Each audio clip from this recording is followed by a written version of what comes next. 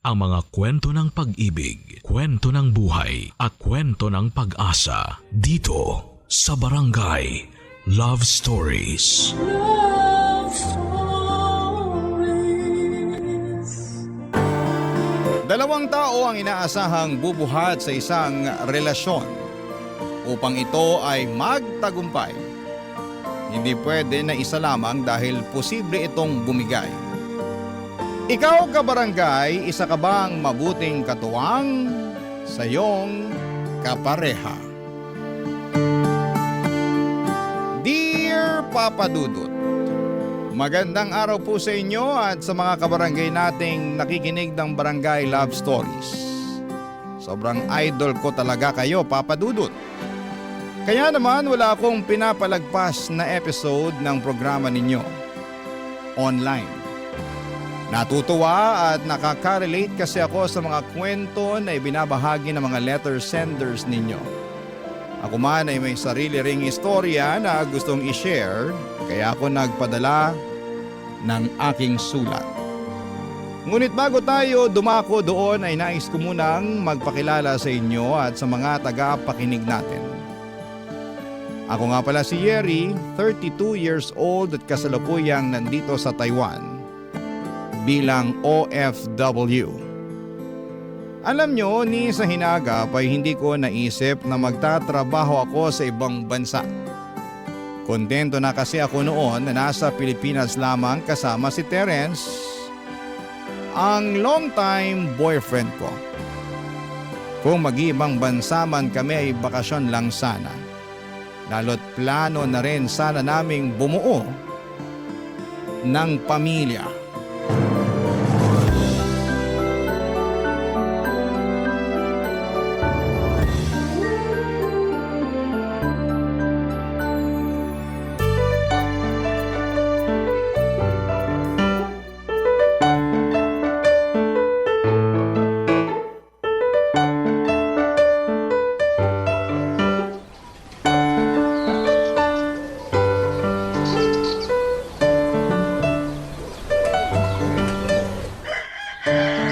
Uy, kinasal na pala si Tintin. Grabe naman, parang kailan lang. Akala namin hindi na siya makakapag-asawa pero tadhana nga naman, oh. Teka, pusuan ko nga to. Ayan, ang cute-cute naman nila.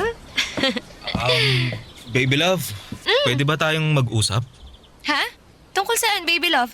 Sa sa plano ko? Anong plano? Hulaan ko. Bakasyon ba yan? O baka naman tungkol sa kasal natin? Ikaw Naku, sorry Wala sa mga nabanggit mo, baby love eh. Okay. Hula lang naman eh. Pero ano ba yung plano mo?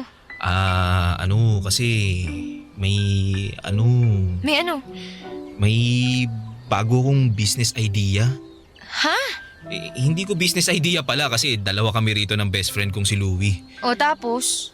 Gusto naming magtayo ng coffee shop kasi nakitaan namin ng potential yung business lalo na sa location na napili ni Louie eh. Alam mo naman na matagal ko ng pangarap magkaroon ng sariling business, di ba? Oo naman.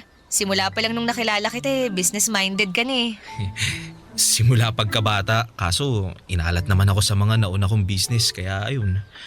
Pero ayoko namang habang buhay na malugmok sa bagay na yun. Tsaka gano'n naman talaga sa negosyo eh, tsambahan ng pag-asenso. Kaya kailangan meron kang pusong determinado.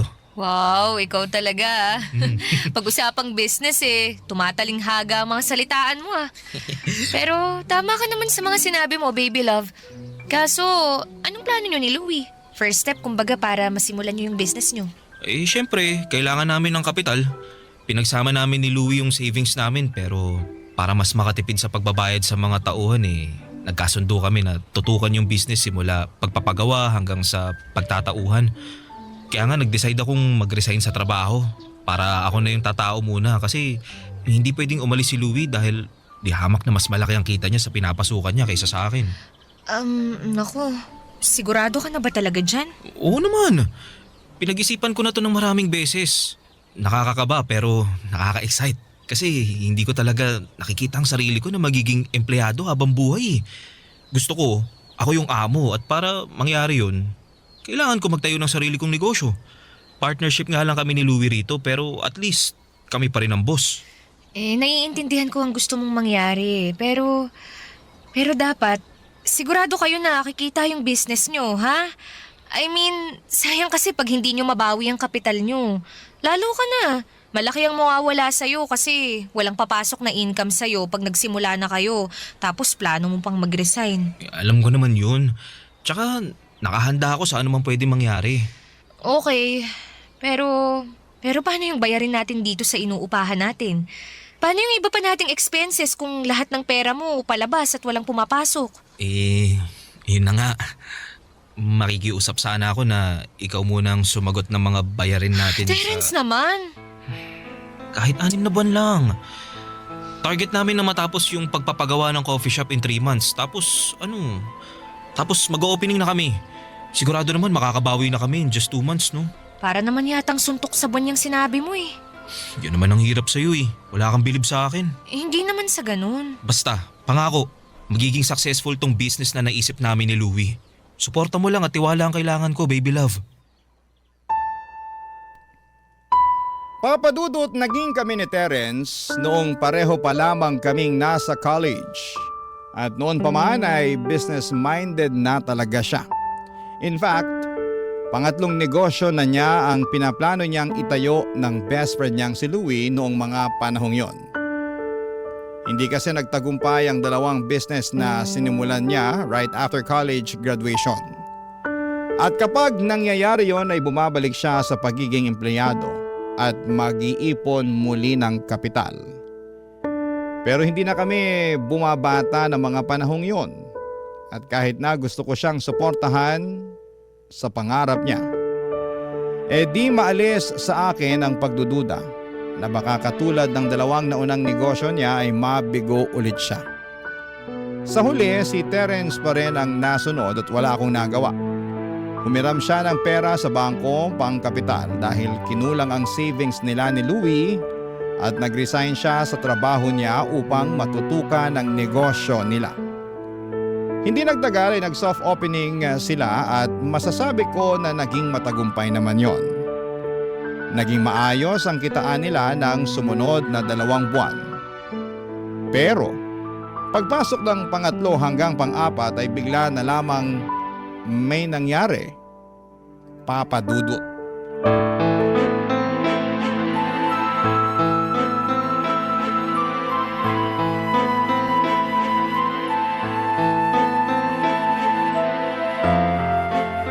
Terence, anong ginawa mo? Bakit halos mag-zero na tong savings account natin para sa kasal natin? Pasensya ka na, baby love. Huwag mo ako ma-baby love dyan, ha? Ipaliwanag mo kung bakit nawala yung savings natin. Ikaw at ako lang naman ang may access dito, ah. Oo nga, pero hindi naman nawala eh. Ano hindi nawala? Tingnan mo nga. Halos wala nang natira. Nahiya ka pa. Nag-iwan ka pa ng 10 piso. Sana sinagad mo na. Hindi nga nawala kasi Kasi ano? Hiniram ko muna. Hiniram? Oo. At saan mo naman ginamit yung pera natin, Aber? Sa dun sa coffee shop namin ni Louie. Terence naman! Bakit kinailangan mong gamitin dun yung pera na pangkasal natin, ha? Sige nga! Medyo kasi, may mga kailangang i-repair sa shop. Kaso wala na kaming pera na pampa-repair dahil may hinana yung kita ng business namin eh. Sabi ni Louie wala na siya mailalabas kaya pinagawan niya ako ng paraan para makahanap ng pera. Tapos naisip mong kunin yung savings natin nang hindi nagpapaalam sa akin? Oo, pero Pero ano? Ha? Terence naman! nagawa ko lang naman yun kasi pag nagpaalam ako siguradong hindi ka papayag. Buti alam mo! O kita mo na. Kaya hindi na ako nagsabi sa'yo kasi alam ko di mo naman maintindihan yung rason ko kahit na ipaliwanag ko pa. Sayang lang laway ko sa'yo. Ano bang pinagsasasabi mo? Saan naman ang galing yan? Sa akin lang. Pansin ko kasi wala ka na talagang bilib sa akin eh. Nasa tuwing may naiisip ako negosyo, akala mo laging papalpak. Bakit nagkamali ba ako? Kakasabi mo lang na mahina ang kita ng shop nyo, di ba? Oo. Pero gano'n naman talaga sa negosyo, di ba? May mga panahon na mahina pero meron din namang panahon na malakas. Pero mali pa rin na nagdesisyon kang mag-isa na gamitin ang savings natin dahil dyan sa negosyo mo. Hindi naman sa'yo lang yung pera na yun eh. Sa akin din yun. Tsaka pagkasal natin yung Terence! Ang tagal natin inipon yun, tapos ngayon wala na. Ano magsalita na parang hindi na maibabalik yung pera natin? Kasi nga hiniram ko lang yun. Ibabalik ko rin yun pag nakabawi na yung shop namin. Paano pag hindi? Ha? Paano kung tuloy-tuloy na mahina na yung benta nyo? Paano mo babayaran yung perang kinuha mo sa account natin? Sige nga! O yan, kita mo na? Anong kita mo ng pinagsasasabi mo dyan? Ang negative mo. At halatang halata na wala ka rin bilib sa akin. Buti pa yung asawa ni Louie, sinusuportahan siya sa ginagawa niya. Pero ikaw, Parang hindi naman yata tamang ikumpara mo ako sa asawa ni Louie. Kung tutuusin may kaya sila. At hanggang ngayon, may trabaho si Louie. Hindi kagaya mo na nakatali na dyan sa negosyo nyo at hinahayaan akong bumuhat sa relasyon natin. Ano? Sabihin mo hindi! Lalatagan kita ng mga resibo, pati na rin ng mga pangako mong napako! Papa Dudut, sobrang sama ng loob ko dahil sa ginawa ni Terence sa savings namin for our wedding. Pero sa abot ng makakaya ko ay inuunawa ko pa rin siya. Kahit na galit ako, hinahanapan ko pa rin ang dahilan ng puso ko na patawarin siya sa hindi niya pagpapaalam sa akin na kukuhanin niya ang pera namin at gagamitin sa business nila. Para sa akin ay masakit ang ginawa niyang yon dahil nga naglihim siya at nagdesisyong mag-isa. Kaya naman pinalipas ko na lamang muna ang mga araw at nag-focus na lamang sa aking trabaho. Papa Dudut, ginugol ko ang aking atensyon sa pagtatrabaho nang sa ganon ay hindi ko maalala na masama ang loob ko sa aking kinakasama. At effective naman dahil unti-unti ko na lamang nakalimutan ang ginawa niya. Sa huli wala pa rin naman akong ibang gusto kundi ang magtagumpay ang negosyo nila Terence. Katulad po ng matagal na niyang pangarap, Papa Dudut. Barangay Love Stories. Barangay Love Stories. Papa Dudut, matagal bago na ibalik ni Terence ang savings namin na ginamit niya para sa business nila. Utay-utay kasi ang pagbabayad niya kasabay ng iba nilang binabayarang utang para sa kapital nila. Kaya ang ending noong nakumpleto yon ay hindi na rin yon nadagdagan pa. Tapos makalipas lamang ang 1 taon ay tuluyan ng nagsarado ang coffee shop nila. Sinubukan pa nga nila yung ipasalo pero wala na talagang pag-asa. Kaya para makabawi sa mga nalugi ay binenta na lamang nila ang mga kagamitan na pinondar nila. Tapos ay pinaghatian nila ng kaibigan niya ang perang napagbentahan nila. Kaya lang ay mas malaki pa rin talaga ang nailabas nila kesa bumalik sa kanila. Sobrang lugi. Pero mabuti na rin at meron kesa wala, Papa Dudut.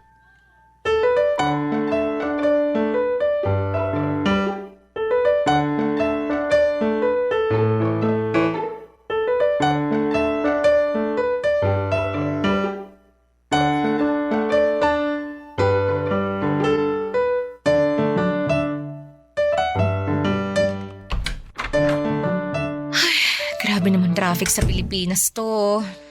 Wala na ba talagang pagbabago? Aalis kang fresh papasok ng trabaho.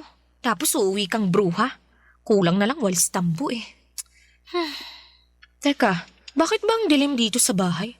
Asan na ba yung switch ng ilaw para mabuksan? Happy birthday to you. Happy birthday to you. Happy birthday, happy birthday. Happy birthday to you. Happy birthday, baby love. Terence? Happy birthday. Oh, blow mo na tong kandila ng cake mo, dali. Ha? Sige na. Pero bago yun, mag-wish ka muna. Dali. Sige, teka. Ih, Ayan, nablow ko na. happy birthday ulit. Thank you. Oh, sa tono mo, mukhang nakalimutan mong birthday mo ngayon ah. Medyo. Ang dami kasing ginagawa sa opisina eh. Tsaka teka nga. Ibig sabihin, nandito ka lang talaga sa apartment? Oo. Bakit? Saan pa ba ako pupunta? Ewan ko. Sabi mo kasi sa akin sa text di mo ako masusundo kasi may lakad ka. Nung tinanong ko kung saan, hindi ka naman nag-reply. Tapos malalaman kong nandito ka lang pala sa apartment natin? Oo, teka. Kalma ka lang. Paano ako kalma. Naipit lang naman ako sa malalang traffic kasi hindi mo man lang ako sinundo. Nandito ka lang naman pala. Ikaw naman no. Siyempre, pag sinundo kita, hindi na kita mo susurpresa ngayong birthday mo. Nagluto ako ng masarap. Yung mga paborito mong ulam, tsaka nag-order din ako ng palabok at kakanin na gusto mo. Liga, dali. Andun na sa mesa lahat oh. Upo ka na lang at kakain. Tara, punta na tayo dun. Sige na. Huwag mo na ako simangutan ng ganyan. Tsaka, di ka ba masaya na pinaghanda kita ngayong birthday mo? Mukha ba akong masaya? Grabe ka naman. Pasensya na. Pagod lang talaga ako. Sumakit na kasi yung ulo ko dun pa lang sa traffic eh. Ay, teka nga muna. Saan ka kumuha ng pinambili mo ng mga pagkain na yan? Pati ng cake na yan. Ha? Ay, sa akin. Sa'yo. So ibig sabihin may pera ka? Oo, nag-loan ako sa online lending app. Terence naman! Dapat hindi mo na ginawa yun! Gusto ko lang naman kasi maging espesyal yung araw na to, lalo na't birthday mo. Gets ko naman. Pero sana naging practical ka na lang. Buti nakapag-loan ka pa sa dami ng utang mo na hindi mo na nababayaran. Oo, pero nakailang subok din ako. Oh, paano mo ngayon babayaran yung niloan mo? Wala ka namang trabaho. Wala kang source of income tapos nagdagdag ka pa talaga ng utang. Naghahanap naman ako ng mapapasukan eh. Pero hanggang ngayon wala ka pa rin napapasukan. Kasi masyado kang mapilit tsaka mareklamo. Yung hindi mo pa nga nasusubukan pero umaayaw ka na agad. Para kasing di na ako sanay na may amo. Kasi gusto mo ikaw yung amo, ganon. Oo, Kaya lang paano mangyayari yan kung palpak naman yung negosyo nyo at ang laki ng nalugi sa inyo? pwede ba wag mo nang ipaalala yung nangyari? Masakit pa rin naman para sa amin yun. Oo nga, nandun na ako. Pero hanggang kailan ka masasaktan at magmumukmuk dyan? Kailan mo ako planong tulungan sa mga bayarin natin dito sa bahay? Napapagod na rin ako at nasasagad. Pwede ba? Saka na lang natin pag-usapan ng bagay na yan kasi dapat nagse-celebrate tayo ngayon kasi birthday mo. Bukod doon, may isa pa sana akong sorpresa sa'yo. Ano na naman yan? Teka lang ha, kukunin ko lang sa bulsa ko. Ito, nakuha ko na. Ano yan? Teka, bakit ka lumuluhod? Di ba halata? Kasi gusto na kitang alukin na magpakasal sa akin. Alam ko na matagal mo nang gustong bumuo ng sarili nating pamilya. Sorry kasi ngayon ko lang naisip na hindi na nga tayo bumabata. Pero di pa naman huli ang lahat, di ba? Pwede pa tayo magsimula kaya sana pumayag ka ng makasal tayo. Will you marry me, Yeri? Seryoso ba talaga yan? Oo naman. Ayan oh, may sing-sing na nga ako. Na binili mo sa perang inutang mo. Yeri naman, wala namang masama sa utang. Wala ngang masama kung binabayaran mo na at hindi mo na dinadagdagan. Pero hindi. Imbis na makaahon ka sa utang, lalo kang malulubog sa ginagawa mo. Tsaka ngayon ka pa talaga nag-alok ng kasal. Kung kailan parang… Oh, anong ibig mo sabihin? I'm sorry, pero tinatanggihan ko tong alok mong kasal. Sorry talaga. Yeri, hindi mo na ba ako mahal? Mahal kita. Pero gusto kong ayusin mo muna yung sarili mo. Maghanap ka ng trabaho. Bayaran mo yung mga utang mo at tulungan mo ako sa mga bayarin natin sa bahay. Pag nagawa mo yun, baka magbago ang isip ko at pumayag na akong magpakasal sa'yo. Papa Dudut, hindi naman siguro ako masamang girlfriend kung tumanggi ako sa kasal na alok ni Terence sa akin. Mahal ko naman siya at pangarap ko na may kasal sa kanya. Pero sa nakikita ko ay hindi pa talaga handa si Terence na mag-level up sa aming relasyon.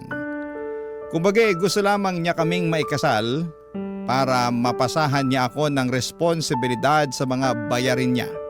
Since mag-asawa na nga kami noon.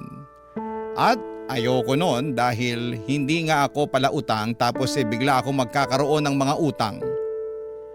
Kaya nga kahit sumama ang loob ni Terence ay hindi ko siya pinansin. Sinabihan ko na lamang siya na kung gusto niyang matuloy ang kasal namin ay dapat siyang magsikap at patunayan niya yon sa akin. At magagawa lang niya ang mga bagay na yon kapag naghanap siya ng trabaho. At tigilan na niya ang pag-iisip ng kung ano-ano na mga klase ng negosyo. Pero imbis na gawin ang bagay na yon, ay mas naging bulakbol pa si Terence. And I had enough, Papa Dudut.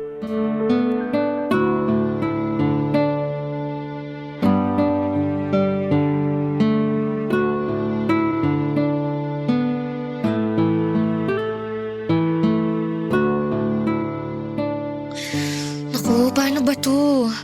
May kailangan palang bayaran sa school ni Bunso tapos nanghingi rin ng pambili ng gamot si nanay. Sigurado, kukulangin na yung sweldo ko lalo't bayaran din sa renta ngayong buwan.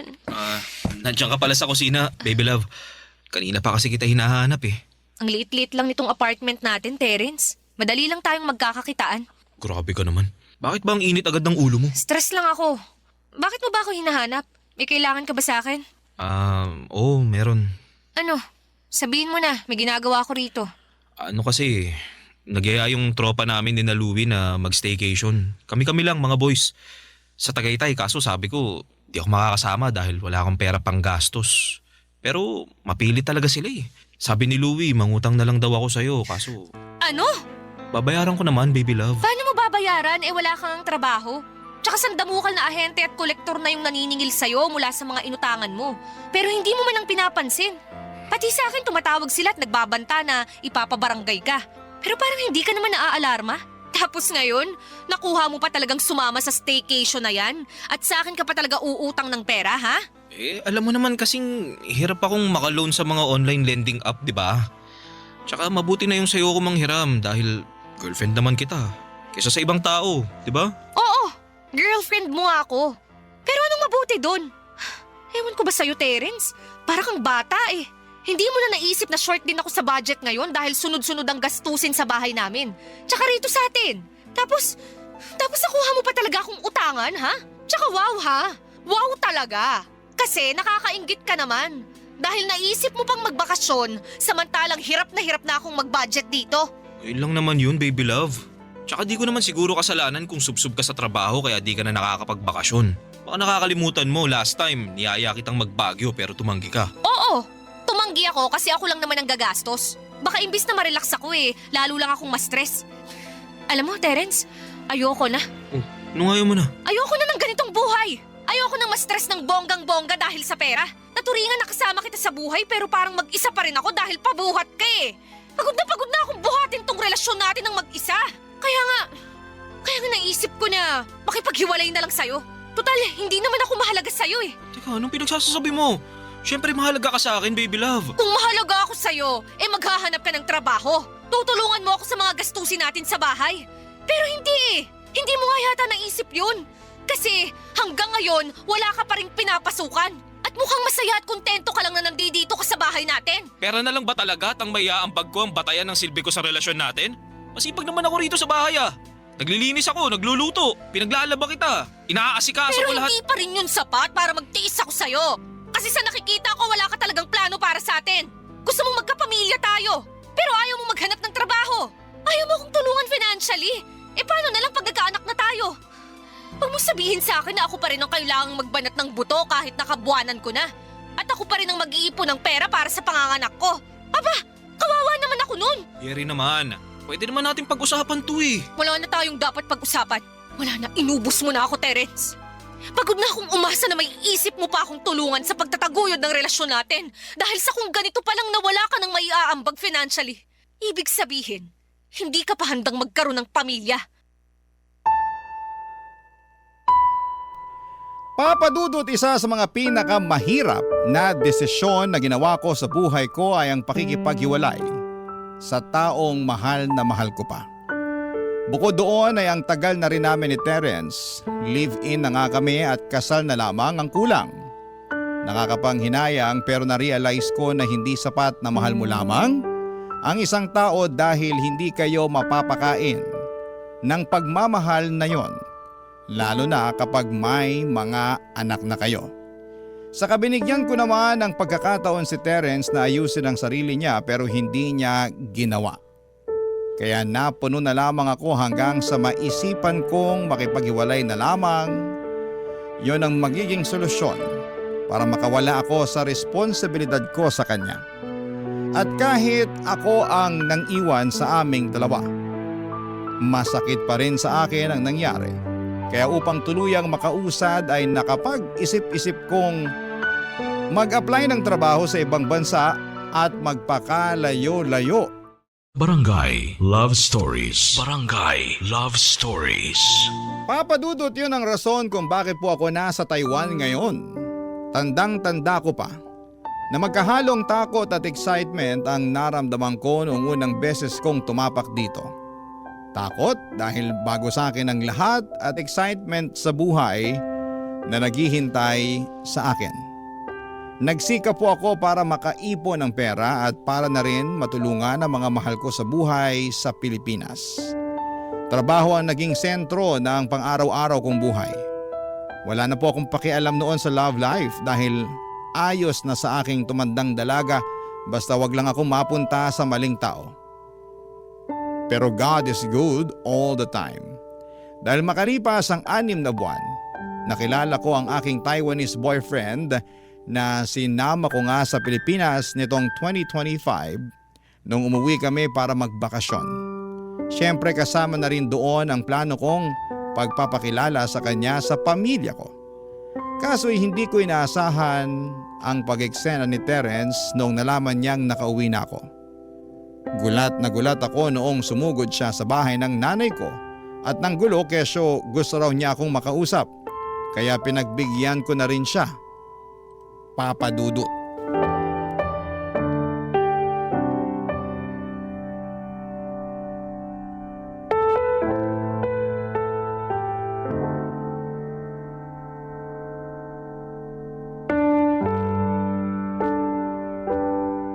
Terence, ano bang ginagawa mo rito? Pasensya ka na, Yeri, kung biglaan na lang akong pumunta rito sa inyo ha. Nung nabalitaan ko kasi na nakauwi ka na, na-excite akong makita ka eh. Nakita mo na ako. Ano pang kailangan mo? Yeri, wag ka naman ganyan sa akin. Ano mo akong ganito? Yun bang parang ang lamig-lamig ng pakikitungo mo? Hindi mo ba ako na-miss? Halos 2 taon din yata tayong hindi nagkita, di ba? Pasensya ka na pero hindi kita na-miss eh. Ganun na lang ba talaga kadali sa'yo nakalimutan yung pinagsamahan natin? Ano bang pinagsamahan yun? Alam mo kung anong tinutukoy ko, Yeri. Sorry pero wala naman akong rason para alalahanin pa yung pinagsamahan natin. Lalo na't ang naaalala ko lang yung rason kung bakit tayo naghiwalay. Teka nga, wag mong sabihin na hindi ka pa rin nakaka-move on. Hindi pa nga. Terence naman, almost 2 years na rin ang lumipas. Sasabi mo na lang din yan kasi may nakilala ka ng bagong mamahalin. Samantalang ako, eto wala. Wala pa at hindi ako naghanap ng iba kasi nga mahal pa rin kita. Hindi naman yata kasalanan ng boyfriend ko ngayon na dumating siya sa buhay ko. At wag mo rin sa akin isisi na wala ka pa rin nakikilalang ibang babae. Di ka ba nakikinig? Mahal pa nga kita at kahit kailan hindi ako makaka-move on sa relasyon natin. Kaya nga, nung nalaman kong uuwi ka rito sa Pilipinas para magbakasyon, di na ako mapakali. Inabangan ko talaga yung pagdating mo para personal kang kausapin. Ano pa bang pag-uusapan natin? Sa nakikita ko kasi, wala na tayong dapat pag-usapan. Meron pa kasi gusto kong makipagbalikan sa'yo. Gusto kong ligawan ka ulit. Gusto kong maging tayo ulit. Anong sinabi mo? Hindi ko kayang mabuhay sa mundo nang wala ka sa piling ko, Yeri. Mahal na mahal kita eh. Sobrang sakit na nakipaghiwalay ka sa akin noon. Hanggang ngayon, di ko pa rin matanggap. Pag naalala ko yung rason kung bakit mo ko iniwan nagagalit ako sa sarili ko. Kaya nga para maging karapat-dapat ulit ako sa'yo, sinubukan kong ayusin ang sarili ko pero dahil sa kalungkutan at matinding selos nung nalaman kong may iba ka na, lalo lang ako nalugmok. At anong gusto mong mangyari? Samahan kita sa pagkalugmok mo? Ayos ka rin no? Idadamay mo pa ako. Tsaka para sa kaalaman mo, ginawa ko na yan noon. Sinamahan na kita sa pagkalugmok mo, hindi lang isang beses. Kundi maraming beses pa nga. Binuhat pa nga kita, di ba? Inalalayan, sinuportahan, at nagtiis ako sa relasyon natin kahit na ako yung babae. Pero anong ginawa mo? Ha? Wala. Naging kampante ka na nandyan lang ako sa tabi mo kasi mahal kita. Kaya nga iniwan na kita nun kahit masakit din sa akin. Kasi alam ko, wala akong magiging kinabukasan sa'yo. Tapos ngayon, isusumbat mo sa akin yung nangyari sa'yo, ha? Mas lalo mo nang pinatunayan na wala talaga akong mapapala sa'yo sakaling ikaw ang nakatuluyan ko dahil hindi ka pa nagbabago. Alam mo, Terence, mabuti pa umalis ka na. Huwag ka nang bumalik dahil sinisira mo lang yung bakasyon namin. Please lang, nakikiusap ako sa'yo.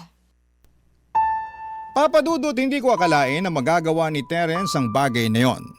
Akala ko kasi makalipas ang 2 taon ay nakausad na rin siya. Pero nagkamali ako dahil parang mas lumala pa yata ang sitwasyon niya mula nung iwanan ko siya. And at the same time ay nakaramdam din po ako ng matinding awa para sa dati kong karelasyon. Awa dahil lalo niyang inilugmok ang kanyang sarili kaysa tulungan yon. Kaya nga hindi na rin namin tinuloy ang pagpapabarangay sa kanya noong araw na sumugod siya sa bahay para manggulo. Pero makaraan lamang ang ilang araw. Nagulat na lamang ako matapos makarating sa akin ang balita na nagtrending ako sa Facebook, lalo na sa mga kakilala at kaibigan namin, nang mag-post si Terence ng maling kwento at pinalabas doon kung paano ko siya iniwan para ipagpalit sa iba. Grabe, Papa Dudut. Sirang-sira ang imahe at mental health ko noon. Bukod doon ay panay din siya ng tawag at text sa akin. Gusto raw niya akong makausap, ganito, ganyan. Kaya pumayag na ako't pinapunta ko siya sa bahay para magharap na kami sa huling pagkakataon.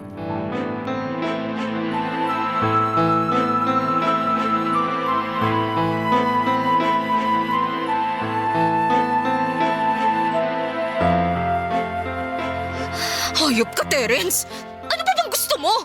Sa pagkakatanda ko, wala naman akong kasalanan sa'yo ah!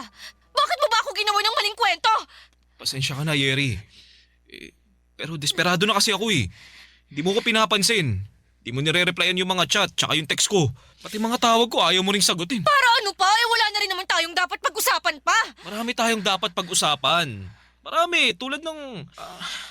tungkol sa ating dalawa. Tungkol sa relasyon natin. Matagal na tayong tapos, Terence. Ilang taon na rin, di ba? Pero mahal pa nga kita. At hindi ako makakapayag na ikaw lang ang masaya sa ating dalawa. Tapos ako ito, lugmok, malungkot, nag-iisa. Ayoko, Yeri. Ayoko maging mag-isa kaya nakikiusap ako sa'yo. Bumalik ka na sa akin. Please. Please, balikan mo na ako. Parang hawa mo na. Binabalaan kita. Pag hinawakan mo ako, may kalalagyan ka. Hindi naman kita sasaktan kaya huwag ka matakot. Hindi naman ako ganun eh. May natatandaan ka ba na pinagbuhatan kita ng kamay? Wala naman, di ba? Kasi nga mabait ako. Oo, mabait ako. Kaya dapat balikan mo na ako, Yeri. Hindi na kita babalikan dahil hindi na kita mahal. At bakit hindi, ha? Dahil ba dun sa bago mo? Bakit? Di naman siya kagwapuhan, ha? Mukha rin naman siyang lampat, patpatin. Ano ba nagustuhan mo sa kanya? Siguro mayaman siya, no? O baka naman mas magaling sa kama kaysa sa akin. Kapal naman ang mukha mo na bastusin ang boyfriend ko! Ako na lang ulit kasi ang mahalin mo, Yeri. Nangangako naman ako sa'yo na magbabago na ako eh. Sana noon mo pa naisip yan, Terence. Hindi yung kung kailan huli na ang lahat. Ang kapal naman ng mukha mo sabihin sa akin ang bagay na yan. Eh kasalanan mo naman kung bakit ako lugmok ngayon. Nakakabilib din talagang kakapalan ng pagmumukha mo. Umiiyak-iyak pa naman ako noon at question ko ang sarili ko nung iniwan kita. Yun pala, yun ang pinakamagandang desisyon na ginawa ko sa buhay ko. Umalis ka na, Terence. Hindi ako aalis hanggat hindi ka pumapayag na makipagbalikan sa akin. Hindi na ako makikipagbalikan sa'yo. Kaya huwag ka nang umasa. Masaya na ako sa buhay ko. Kaya sana naman maging masaya ka na rin sa buhay mo. Unahin mong ayusin ang sarili mo dahil may potensyal ka naman eh. Ayoko mabuhay na wala ka, Yeri. Hindi ko kaya. Hindi ko kaya. Kaya sana bumalik ka na sa akin, Yeri. Huwag mo sabi akong lalapitan eh! Habang kita sasaktan eh. Aalagaan kita. Mamahalin kita, Yeri. Lalo mo lang sinisira ang buhay mo sa ginagawa mong yan, Terence! Please, makipagbalikan ka na sa akin. Tayo na lang ulit. Iwan mo na yung bago mo. Ako na lang ulit ang mahalin mo, Yeri. Pakiusap. Please, Yeri. Mahal na mahal kita. Mahal na mahal kita. Mahal na mahal kita, Yeri! Papa Dudut, bago pa ako tuluyang mahawakan at malapitan ni Terence ay umeksena na ang boyfriend ko at mga magulang ko para ipagtanggol ako. Nagkagulo pa nga ng bahagya matapos suntukin ng tatay ko si Terence. Inawat na lamang siya ni nanay bago niya mapuruhan ang dati kong kinakasama. Takot na takot ako dahil para na itong nasisiraan ng ulo. Kaya agad kaming nagpatawag ng pulis. Mabilis nilang dinampos si Terence at dinala sa presinto. Doon ay muli kaming nagkaharap at sinampahan ko siya ng kaso. Naging sobrang hassle ang sana'y masayang bakasyon namin sa Pilipinas ng boyfriend ko. And to make the story short ay naglabas ng restraining order ang hukuman para hindi na makalapit sa amin si Terence. Kaya kahit papaano ay napanatag na ako. Ngayon ay nandito na naman ako sa Taiwan pero aminado po ako na may mga gabi pa rin na bumabalik ang trauma ko dahil sa mga nangyari. Kasama na po doon ang pagsisisi na sana ay hindi na lamang ako pumayag na makipag-usap muli sa dati kong kinakasama. Pero buti na lang, nandito ang boyfriend at ang pamilya ko para maging sandigan ko at maging matibay ang aking support system. Sa ngayon, Papa Dudut, mas nakafocus na lamang po ako sa aking trabaho at sariling buhay. At umaasa na unti-unti ay mawala na sa aking isipan ang nakakatakot na pangyayaring yon. Maraming salamat po, Papa Dudut, sakaling mapili po ninyong basahin ang aking kwento.